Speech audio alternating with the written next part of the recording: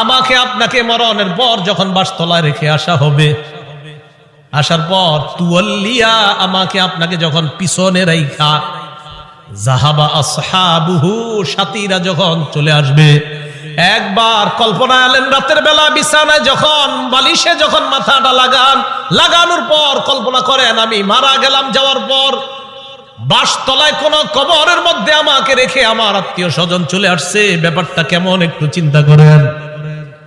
আল্লাহ নবী কয় কোন ব্যক্তিকে কবরের মধ্যে রাখার পর তুয়াল্লিয়া কবরটা পিছনে রাইখা যাবা আসহাবুহু যখন তার সাথীরা চলে আসে, বাবা চলে আসে, ভাই চলে আসে, সন্তানরা চলে আসে, আত্মীয় স্বজন সবাই চলে আসে, আল্লাহ নবী বলেন বেশি দূর যায় না, হাত্তা ইন্নাহু লা ইয়াসমাউ কুরআনি আলিহিম, আমরা যে হাইটা হাইটা আসি আমাদের হাঁটার পায়ের জুতার আওয়াজগুলা ওই কবরবাসী শুনতে পায়।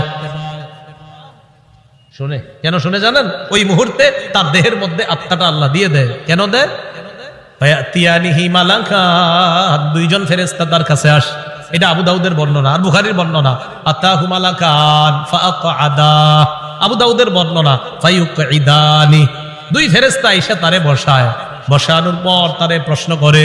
এর মধ্যে তিন প্রশ্নের মধ্যে একটা প্রশ্ন হলো আল্লাহর নবীর ব্যাপারে জানতে চায়, তাকে চিনুনি?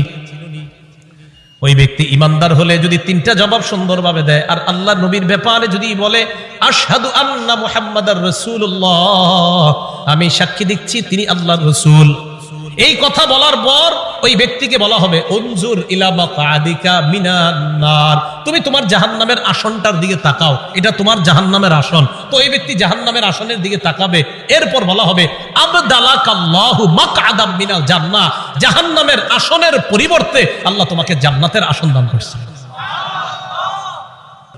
আবু হুরায়রা রাদিয়াল্লাহু তাআলা আনহুর বর্ণনা, তিনি বলেন খরাজা রাসূলুল্লাহ সাল্লাল্লাহু আলাইহি ওয়াসাল্লাম যাতা ইয়াউমিন আও যাতা লাইলা, একদিন রাতে অথবা দিনে রাসূল বাসা থেকে বের হলেন। কোথা থেকে বের হইছে? রাতে বা দিনে। বের হওয়ার পর আসছে, আয়েশা দেখে ফাইদা হুয়া বিআবি বকরিন ওয়া উমর, নবীজি দেখে আবু বকর ওমর বসা। আবু হুরায়রা রাদিয়াল্লাহু তাআলা আনহু বলেন নবীজি বাসা থেকে বের হয়েছে, বের হয়ে দেখে আবু বকর ওমরও বসা। এই হাদিসটা একটু মন দিয়ে সবাই শুনেন আর নিজেদের জীবনটা একটু চিন্তা করে নেন। নবীজি তাদের দুইজনকে প্রশ্ন করলেন, আবু বকর এবং ওমর, এই দুই সাহাবী, বিখ্যাত দুই সাহাবীকে প্রশ্ন করলেন, আচ্ছা তোমরা এইখানে এই মুহূর্তে কেন? মা আখরাজাকুমা ফি হাদিহিস সাআ, এই সময়ে তোমরা এখানে কেন? অসময়ে মানে এই সময় মানে অসময়ে, আরে এই সময়